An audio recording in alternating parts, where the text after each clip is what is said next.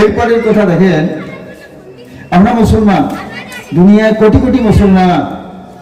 মুসলমান মুসলমান হিসেবে আমরা কয়জন আছি? একজন মুসলমানের যে দায়িত্ব কর্তব্য, মুসলমান হলে তার কি কাজ, এই কাজটুকু আমাদের কতটুকু আছে, এইটা একটু চিন্তার বিষয়।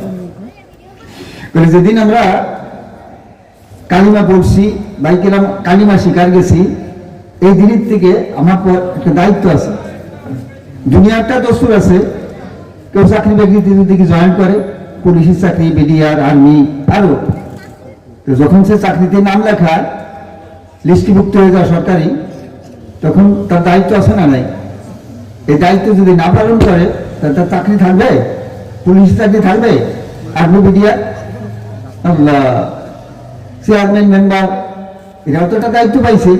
যখন চেয়ারম্যান হয়েছে, চেয়ারম্যান হিসেবে যদি তার দায়িত্ব ঠিক মতো পালন না করে, তার চেয়ারম্যানই থাকবে? মেম্বারই থাকবে? আল্লাহু আকবার। আমরাও তো আল্লাহর খাতা নাম লেখা দিছি, কি লা ইলাহা ইল্লাল্লাহ মুহাম্মাদুর রাসূলুল্লাহ, আল্লাহ ছাড়া কোনো মাবুদ নাই, মুহাম্মাদুর রাসূলুল্লাহ সাল্লাল্লাহু আলাইহি ওয়াসাল্লাম আল্লাহর রাসূল, আল্লাহর বান্দা। এই জন্য স্বীকার করছি না, অর্থাৎ আল্লাহ আমার মাবুদ, আমি আল্লাহর গোলাম, মুহাম্মাদুর রাসূলুল্লাহ আমার নবী, আমি তার উম্মত। এই কথা আমরা স্বীকার যাই না যাই? প্রত্যেক মুসলমানের আমার মাবুদ কে? আল্লাহ। আমার নবী কে?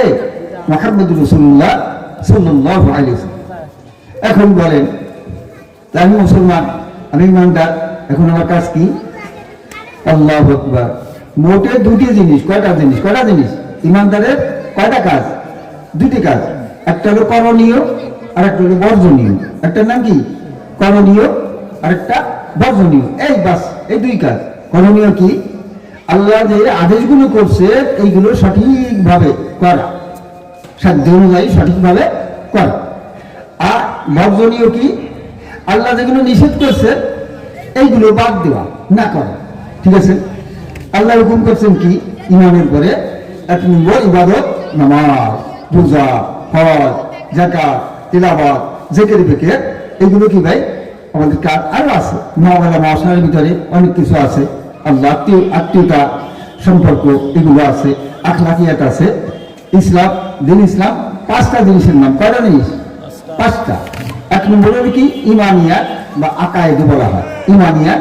2 নম্বর হলো আমলিয়াত, 3 নম্বর মুআমালাত, 4 নম্বর মুআশারাত, 5 নম্বর আখলাকিয়াত। এই 5টা জিনিসের ভিতরে আল্লাহর আদেশও আছে, নিষেধও আছে। ঠিক আছে না? মা বাপ, তাদের সম্পর্কে আদেশ আছে না? তাদের সাথে কোন ভাবে আচার ব্যবহার করতে হবে, আল্লাহ তাদের কি করতে হবে না করতে হবে, তাদের সাথে না করণীয় জিনিসও আছে। মা বাপের নাফরমানি করা যাবে? ও আল্লাহ রে, মার বাপ যদি একটু করে ওঠে, আল্লাহু আকবার, তবে তার কাম সারা। স্বামী স্ত্রী, এর ভিতরে আল্লাহর হুকুমও আছে, নিষেধও আছে। এইরকম ভাবে মুআমালা, মুআশারা, আখলাকিয়াত, আমলিয়াত, তারপর ইমানিয়াত। ইমানের ভিতরে এর ভিতরে আদেশ আছে, নিষেধ আছে। ইমানদারের কি কি কাজ, এইগুলো কোনগুলো করলে ইমান থাকে না, ওইগুলো করা জানা, শিরিক, বেদাত, তারপরে কুফরি, এমন কতগুলো কথা আছে যেগুলো বললে ইমান থাকেই না। ইমানাতের ভিতরে কি করণীয় আছে, বর্জনীয় আছে।